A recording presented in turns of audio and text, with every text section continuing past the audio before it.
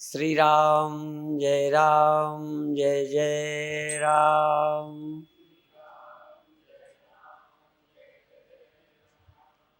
श्री राम जय जय राम।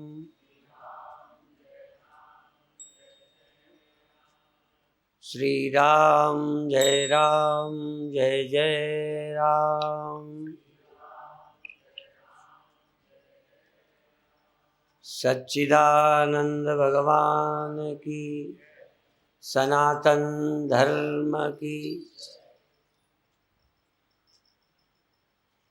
वैज्ञानिक, मनोवैज्ञानिक और आध्यात्मिक चिंतन की थोड़ी चर्चा करेंगे। समझेंगे लोग और उसको ज़्यादा ध्यान देंगे तो लाभ प्राप्त करेंगे। बड़ी सरल सी बात, किसी के मारने को पाप क्यों मानते हैं और किसी के मरने से बचाने को पुण्य क्यों मानते हैं? खैर, मैं आपसे उत्तर नहीं लूँगा, अपनी ओर से बताऊँगा। अच्छा लगे तो रखते जाना। और ये बकरियाँ जानवर चरने जाते हैं तो जल्दी जल्दी निगल जाते हैं और जाके जब आराम से बैठते हैं तो उस खाए हुए को मुंह पर लाते हैं। जो चीज़ फेंकने लायक है मुंह में लाके निकाल देते हैं और बाकी को जुगाली करके अंदर ले जाते हैं। आज से तुम थोड़ा बकरी का काम करना। और ये देखो, भगवान ने मनुष्य के भोजन के मामले में बकरी, गाय, भैंस का सामर्थ्य नहीं दिया है, पर सुनकर जुगाली करने का, सोच विचारने का अधिकार प्रभु ने जानवर को नहीं दिया, तुम्हें दिया है। खा के जुगाली करने का तुम्हें नहीं कि खा लो फिर मुंह में लाओ फिर जुगाली करो फिर निकल जाओ। एक बार यदि आ भी जाए गलती से, जिसको बोलते हो उल्टी पलटी बोलते, पता नहीं कुछ बोलते, जो भेजा था इधर पलट के आ जाए, अंदर को डाला फिर लौट आए, पलट जाए तो पलटी, उल्टी, और जो नीचे निकल जाए सीधी। अब देखो, ये जो मरना हम नहीं चाहते इसलिए मारना पाप है। जो हमें पसंद नहीं वो हमारे साथ किया जाए तो पाप है। हम दुखी नहीं होना चाहते तो जो हमें दुख देते हैं वो हमारे मित्र होते हैं ना। शत्रु कौन? जो तुम्हें दुख देता है, जो तुम्हें डराता धमकाता है। इसलिए हमारे नवें गुरुजी कहते हैं, भय काहू को देत नहीं, नहीं भय मानत आन, कह नानक सुन रे मना, ज्ञानी ताई बखान। ज्ञानी किसी को दुख देने की, नुकसान पहुंचाने की, मारने की धमकी नहीं देता, भय नहीं देता, डराता नहीं, और खुद रामायण में एक चौपाई है, कालहु डरहि न रण रघुवंशी। रघुवंशी काल को नहीं डरते। हम तो अपन तो सांपे से डर जाते हैं, गुंडे से डर जाते हैं। रघुवंशी काल को भी नहीं डरते। अब काल को कौन नहीं डरेगा? काल तो छोड़ते ही किसी को नहीं। काल को वही नहीं डरते जिसकी मित्रता महाकाल से है। जो कालहु कर काल भयंकर, सुमिरत जाहि शारदा शंकर। जिसका स्मरण हर शरीरधारी को करना पड़ता है, शारदा को भी, शंकर को भी। कल परसों हम लोग गए सरस्वती पूजन में, तो वहाँ सरस्वती की वंदना में श्लोक बोला, देवई सदा वंदिता। हमारे यहाँ सबसे वंदनीय एक ही है, चाहे उसे सरस्वती कह दो, शिव कह दो, महाकाल कह दो, ब्रह्म कह दो, राम कह दो। जो सब उपजते हैं उन सब उपजने वालों का वंदनीय स्मरणीय है अजन्मा और अविनाशी। खैर, मैंने कहा मनोवैज्ञानिक, वैज्ञानिक और आध्यात्मिक बात बतानी है मुझे। हम सब मरना नहीं चाहते, कोई मारे वो हमारा दुश्मन है। प्रत्यक्ष दुश्मन मारता है सांप, गुंडा, बदमाश।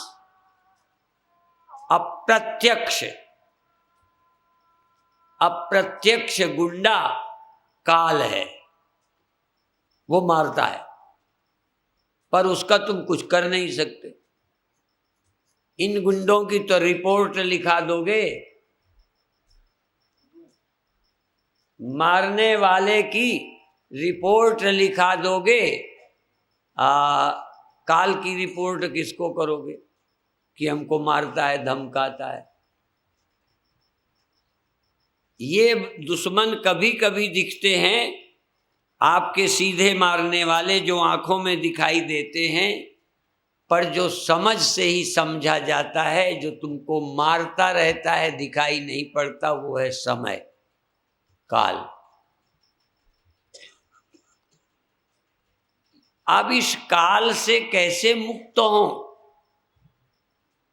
तो कालातीत के स्मरण से, महाकालेश्वर के स्मरण से, जो कालों का काल है,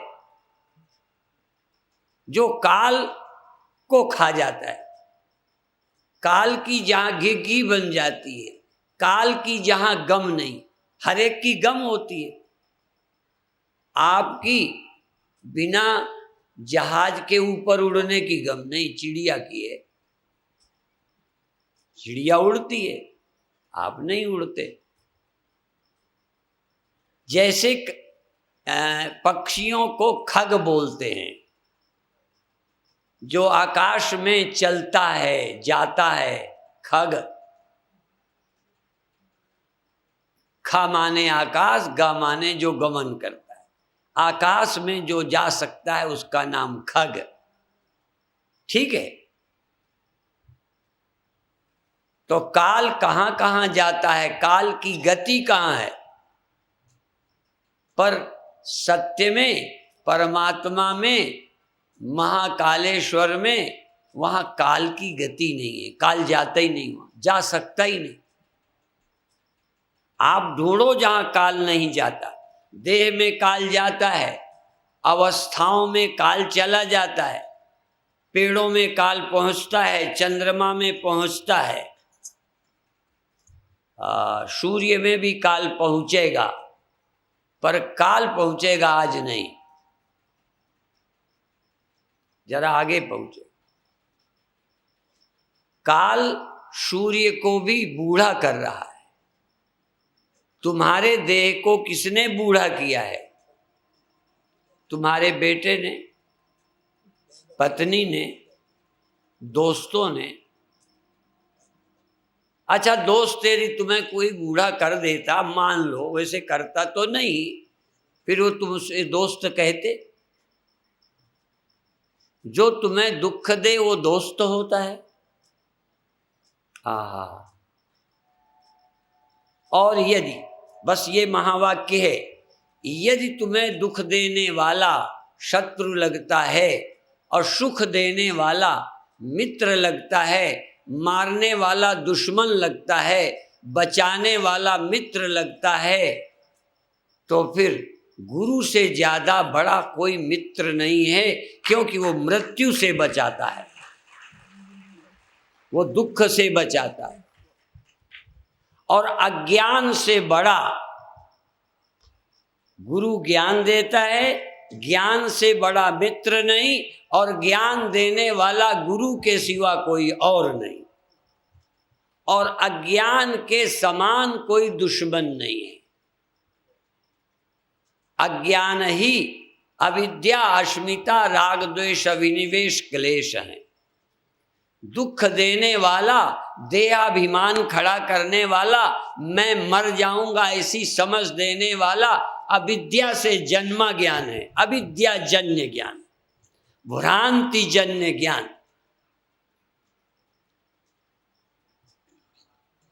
भले आज तुम्हें समझ ना आए, लेकिन मैं वो बातें कहता हूं जो सद ग्रंथों में मेरे से पहले लिखी गई हैं, मेरे से पहले इसके जानकार रहे हैं, मैंने तो उनसे ही पढ़ा, समझा, सीखा है। और सब कुछ करिए। देखो, मैं राष्ट्र की बातें करूंगा, स्वास्थ्य की बातें करूंगा, सबका सम्मान करूंगा, गरीबी हटाने की बात करूंगा, सम्मान देने की, अपमानित निंदित लोगों को सम्मानित करने की बात करूंगा। क्यों? क्योंकि ये भी इच्छा है। कोई मान चाहता है, मान दे दो तो पुण्य है, भूखे को रोटी दे दो तो पुण्य है, बीमार का इलाज करा दो तो पुण्य है, पर महापुण्य नहीं है, परम पुण्य नहीं है। क्योंकि तुम्हारे इलाज करने के बाद भी मरेगा, तुम्हारे सुख देने के बाद भी होगा, तुम्हारे मान देने के बाद भी हानि तो होगा। तुम्हारा दिया हुआ स्वल्प है, पर जो गुरु देगा उसको समय भी नहीं छीन सकता। रक्षा करना, सुखी करना, स्वस्थ करना पुण्य है, पर सदा के लिए मृत्यु, विकार, जन्म, इन ख्यालों से मुक्त करना। इसीलिए आज प्रातः कहा था, संसार हृत कह, संसार की दृष्टि, संसार का सत्यत्व, संसार का सत्यपना जो छीन लेता है, संसार का संसारत्व, संसार है ही नहीं, संसार हृत का श्रुति जात्म बोधा। उपनिषद वचनों से, श्रुति वचनों से उत्पन्न आत्मबोध ही सृष्टि की कल्पना को छीन लेता है। और सृष्टि की कल्पना छीनी कि जन्म मृत्यु काल गया। काल का ख्याल देह पर ध्यान जाने से आया, मन पर ध्यान देने से आया।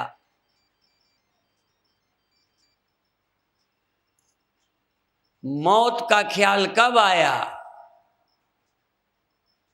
आत्मा का स्मरण आने पर।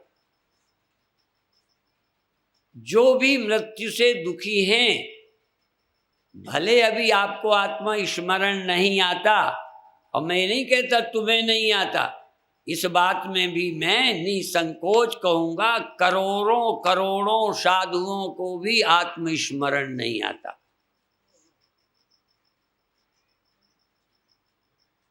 आत्मस्मरण और मृत्यु, मृत्यु देह स्मरण में है। देहो हम में मृत्यु है, शिवोहम में नहीं। आज साध्वी ऋतंबरा का एक कैसेट अभी विमोचन किया गया है, उसके ऊपर लिखा है सोहम। हाँ, सोहम लिखा है। अब ये देहोहम सोहम को लोग कहते अजपा जाप है। अजपा सतत श्वास में चलता है, पर श्वास में चलने से मुक्ति होती तो गुरु की जरूरत ही नहीं। श्वास में अजपा जाप सदा चलता रहता है, पर फिर करना क्या है? उसमें सोहम में स्मरण करना है। मैं वह हूं, मैं यह नहीं, मैं इतना नहीं, मैं इतने समय तक रहने वाला नहीं। 3 शब्द बोला। ये दिखने वाला ये मैं नहीं, जिन मन से देह का भान होता है ये मैं नहीं, इतने समय तक, समय सीमा में रहने वाली जागृत अवस्था देह, जागृत स्वप्नावस्था मैं नहीं। कुछ समय रहने वाला ये मैं नहीं, न देह हूं, न अंतःकरण हूं, न अवस्था हूं, न गुण हूं। मैं की ममता त्याग कर मैं की करिए जांच। अब ये दोहे सब मैंने अपने गुरुदेव के चरणों में बैठकर सुने हैं। बात कोई नई नहीं कहता, पर उसी बात को सिद्ध करने की, गले उतारने की, बुद्धिगम्य बनाने की कोशिश करता हूं। मेरा कोई नई बात कहता ही नहीं जो पहले नहीं कही, चाहे मेरे गुरुदेव ने कही, गुरु भाइयों ने कही, किसी और ने कही, रामायण ने कही, गीता ने कही, उपनिषद ने कही। आप समझते होगे कोई गुरु नई कुछ कह सकता है? नई कहेगा तो ठग है। फिर कह दूं, नई बात यदि कोई कहता है तो ठग है, क्योंकि जो कुछ कहने लायक है पहले ही कहा जा चुका है, कुछ छोड़ा ही नहीं ऋषियों ने। इसलिए मैं की ममता त्याग कर मैं की करिए जांच। जो मैं सबसे परे हूं, जो मैं सबसे रहित हूं, 3, 4 और 5 पंचभूतों का देह, चतुष्टय अंतःकरण, जागृत स्वप्न सुषुप्ति, रजोगुण तमोगुण सत्वगुण, इन तीनों से, चारों से, पांचों से परे हूं, रहित हूं। अब ये कहे ना परे हूं, सुन लिया, मैंने भी सुना और सुनकर बहुत खुश होता था, अच्छा लगता था। देखो ये आप सबकी विशेषता है। तो देखो ये सबसे हमने अपने गुरुजनों से सुना, माना, अच्छा लगता था, समझता अब भी रहता हूं, अब भी रोज क्लियर करता हूं, रोज कि जो ये कहा था गुरु ने, जो मैंने सुना था, ये सही है क्या? मैं देह नहीं हूं, ये सच है। मैं गुण नहीं हूं, अवस्था नहीं हूं, सच है। मैं सचमुच कालातीत हूं, सच है। मैं सीमित नहीं हूं, असीम हूं। इसलिए एक शब्द बोल रहा था, यह मैं नहीं हूं। कुछ समय तक रहने वाला कोई गुण स्वभाव जो कुछ क्षण रहता है, वो मैं नहीं हूं।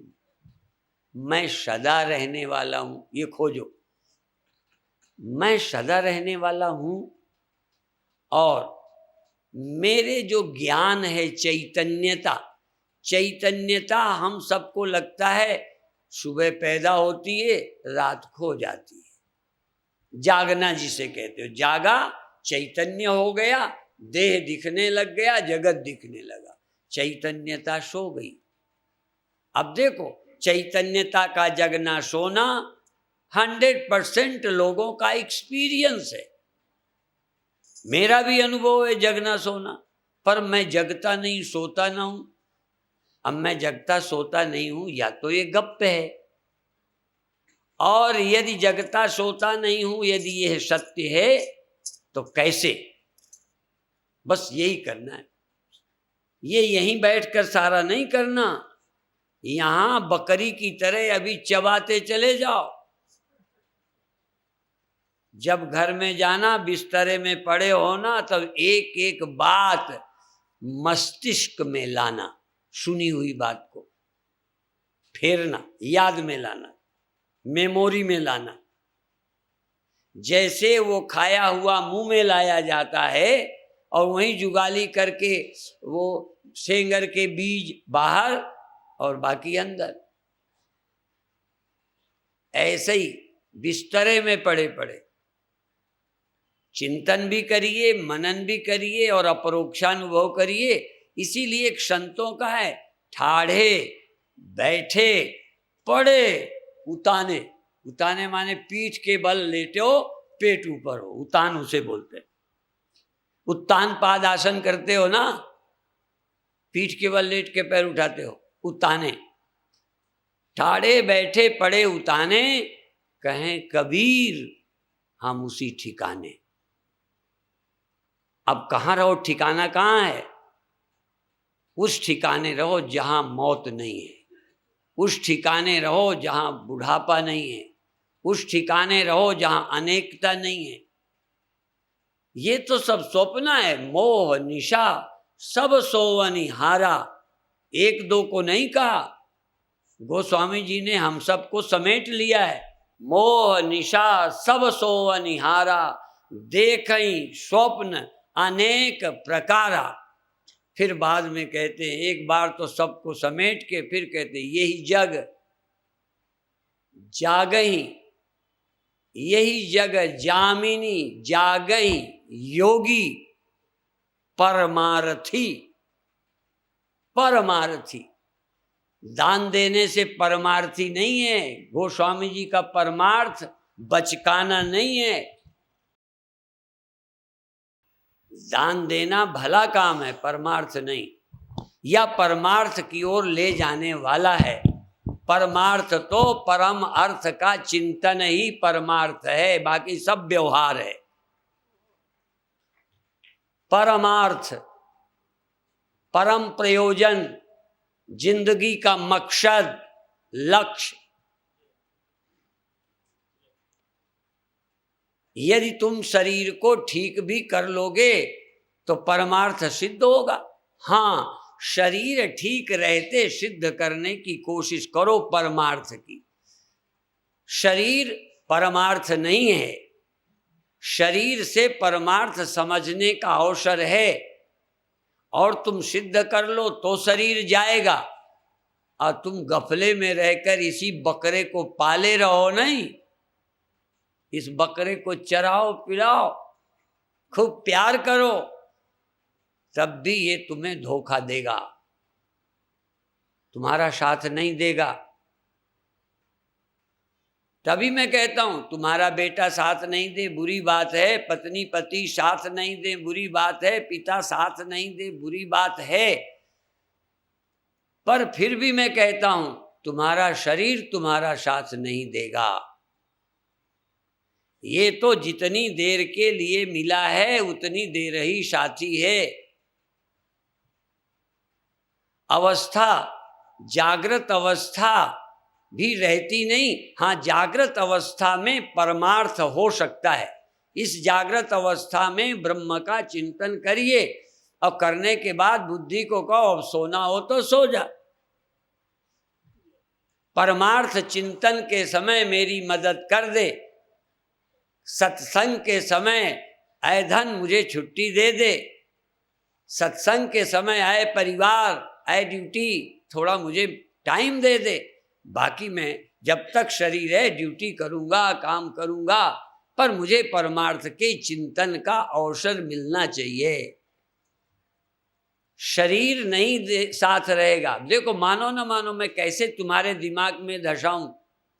विशेष करके मैं पूंजीपतियों को समझाना चाहता हूं कि सुबह से शाम तक जिस दुकान को जमती देखकर फूलते हो, जिस बिल्डिंग में चरण डला के तुम फूल जाते हो, कितने दिन इसमें रहोगे? बड़े अकल वाले हो, बता दो रहोगे? फिर इस मकान से तुम्हारा कोई लेना देना रह जाएगा, जिसे मेरा समझकर इसको बनाने के लिए सब पाप किए हैं।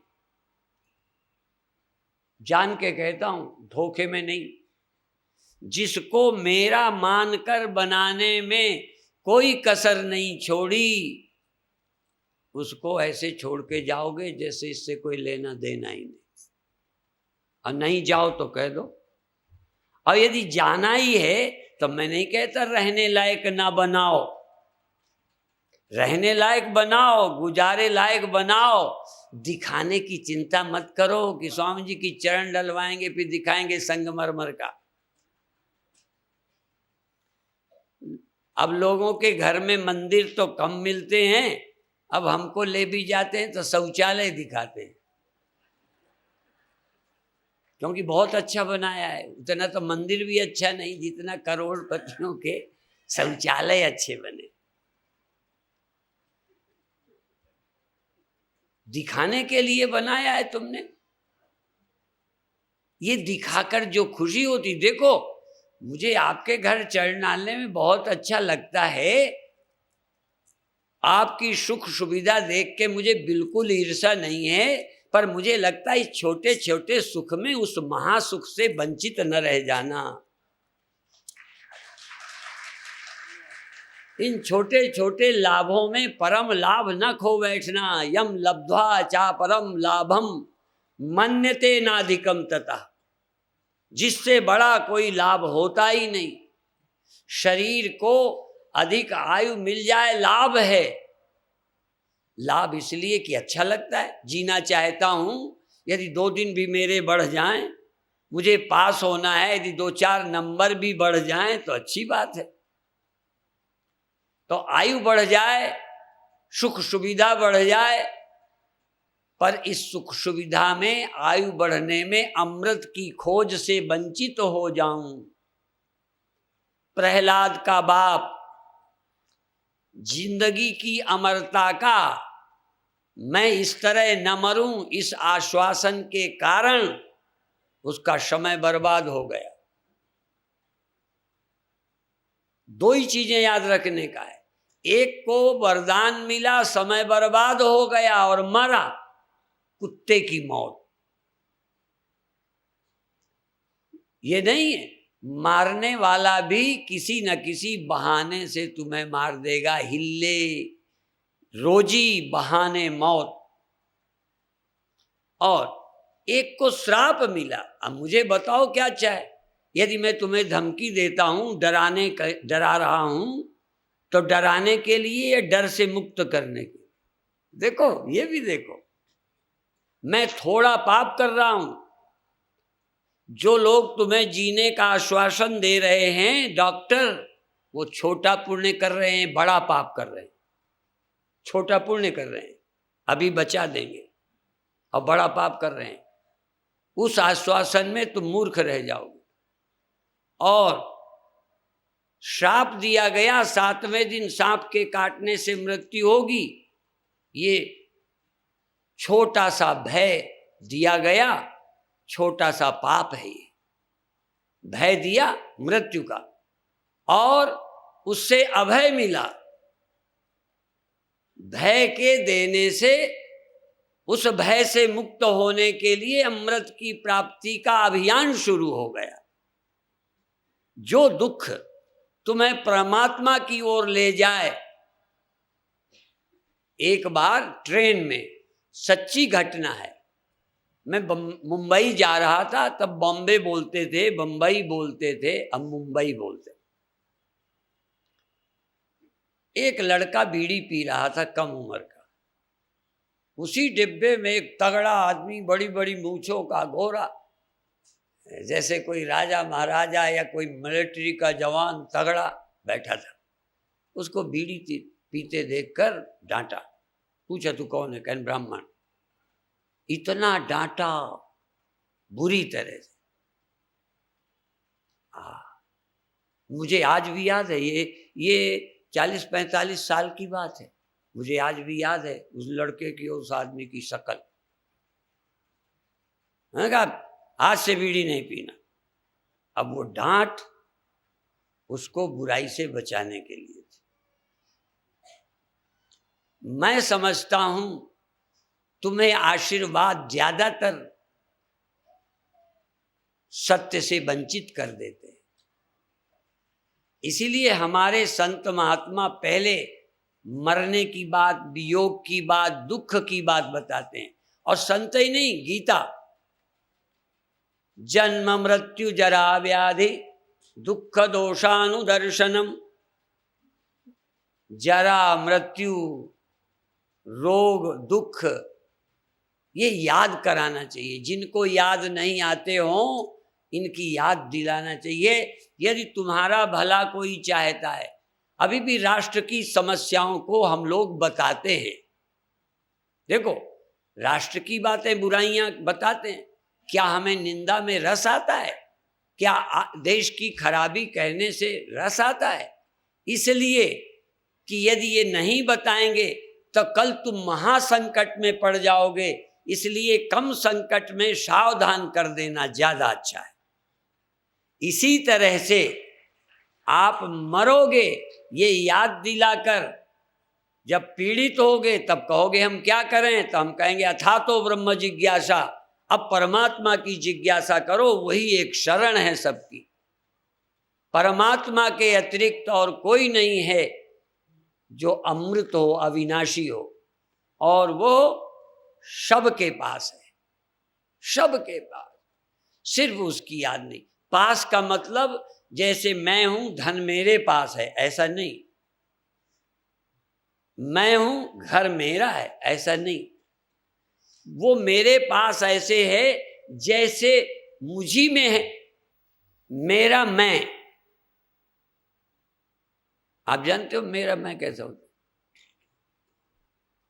आत्मा, अंतरात्मा, मैं का मैं है वो। मेरा ऐसे नहीं कि मैं हूं ये आंख मेरी, ये मैं ये हाथ मेरे, ये मैं ये धन मेरा, ऐसा मैं मेरा भगवान नहीं। मेरा भगवान वो है कि मैं में 100% वो रहता है। यदि ढूंढूंगा तो मैं नहीं वो है, ऐसा है भगवान। जैसे घड़े में मिट्टी, घड़े में पानी भी रहता है, घड़े में सामान भी रखते हो आप लोग, हम भी रख लेते हैं। पहले गांव में घड़े में ही सब रखते थे, दालें रख लेते थे, आटा रख लेते थे, सामान रख देते थे, अब घड़े में रखते थे। ऐसे ही भगवान नहीं, घड़े में जैसे मिट्टी रहती है ऐसे ही मुझ में भगवान रहता है। फर्क समझ में आया? घड़े में मिट्टी कैसी रहती है? थोड़ी, इस कोने में उस कोने में कितनी मिट्टी और कितना घड़ा रहता है। इसलिए सोई जाने जेहि देव जनाई, जानत तुम्हें तुम्हें हो जाई। अब अंत में मैं 3 मिनट में 4 में उपसंहार करूं जो कहना चाहता। मैं जीना चाहता हूं, जीने में जो मदद करता है मुझे मित्र लगता है। मरना नहीं चाहता, मरने की धमकी देने वाला मुझे दुश्मन लगता है। सुखी रहना चाहता हूँ, प्यार चाहता हूँ, जो मुझे प्यार सुख देता है अच्छा लगता है। मैं बड़ा सम्मानित होकर जीना चाहता हूँ, जो मान देता है मुझे अच्छा लगता है, अपमान देने वाला बुरा लगता है। लेकिन ये इच्छा क्यों है? क्यों इच्छा है कि मैं जीऊं? इसलिए कि तुम्हें ख्याल आ गया है कि मैं मरूंगा, और ये ख्याल भूल गया है कि मैं अमृत हूं। सत्य ये है कि तुम अमृत को भूल गए हो, मरने का ख्याल तुमने अज्ञान से स्वीकारा है। इसलिए बचाने वाला तुम्हें मित्र लगता है, मारने वाला तुम्हें दुश्मन लगता है। पर यदि सत्य को याद करोगे, सत्यम परम धीमहि, तो मारने वाला तुम्हारा कोई है ही नहीं, तो दुश्मन कोई रहेगा नहीं, और बचाने वाला कोई नहीं। तुम बचे ही बचाए हो तो तुम्हारा मित्र कोई नहीं। इसलिए ज्ञानी का न कोई शत्रु होता है न कोई मित्र होता है। और शत्रु और मित्र तो ऐसे ही व्यवहारिक हैं, पारमार्थिक शत्रु और मित्र कोई होता नहीं है। तो ये स्पष्ट करूँगा, जरूर ये क्लियर करूँगा। आज का मेरा सब्जेक्ट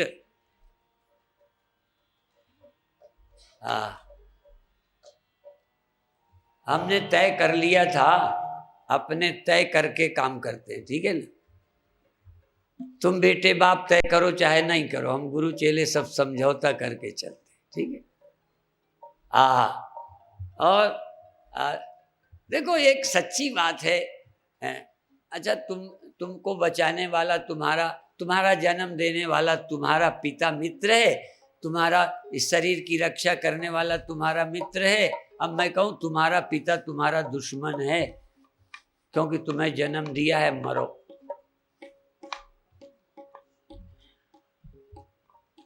जिसने तुम्हें मान दिया है, शुरू में बहुत अच्छी बात है, पर जो मान दिया है वो मान के सुख का चस्का लगा दिया है।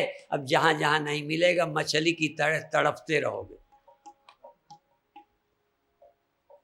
आपको जो मिला है वो दुख देता है, पर फिर भी तुम्हें वो मित्र लगता है। मित्र का तुम्हें पता नहीं, सच्चा मित्र तुम्हारी आत्मा है, और आत्मा को समझाने वाला गुरु और ज्ञानी तुम्हारा परम मित्र है। और उसको पा लेने के बाद तुम्हारा काल भी दुश्मन नहीं है, कोई और दुश्मन नहीं है। जब तुम इसे भूलोगे, ये भूल ही तुम्हें फिर दुख दे देगी। समझने के बाद, हाँ, वही समय रामायण की चौपाई में भूल जाऊंगा, सब लोग बता देंगे। वही समय बुरा है, दुख का है, जब तव सुमिरन भजन ना होई। जब इस सत्य का स्मरण नहीं हो, भजन नहीं हो, सुमिरन नहीं हो, वही विपत्ति का क्षण है। और जब ये स्मरण आए, फिर मृत्यु भी मृत्यु नहीं है, दुख भी दुख नहीं है, वियोग भी वियोग नहीं है। मेरे जानते प्रभु का विस्मरण ही तुम्हारी समस्या है, और प्रभु का स्मरण समस्या का समाधान है।